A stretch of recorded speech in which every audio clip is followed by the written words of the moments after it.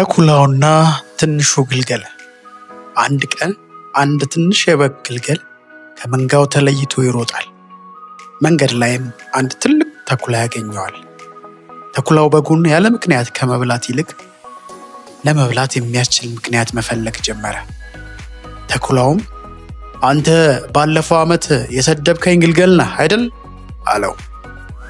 በጉም በፍርሃትና በትህትና ጌታዬ፣ እኔ እኮ ባለፈው ዓመት አልተወለድኩም ነበር አለው።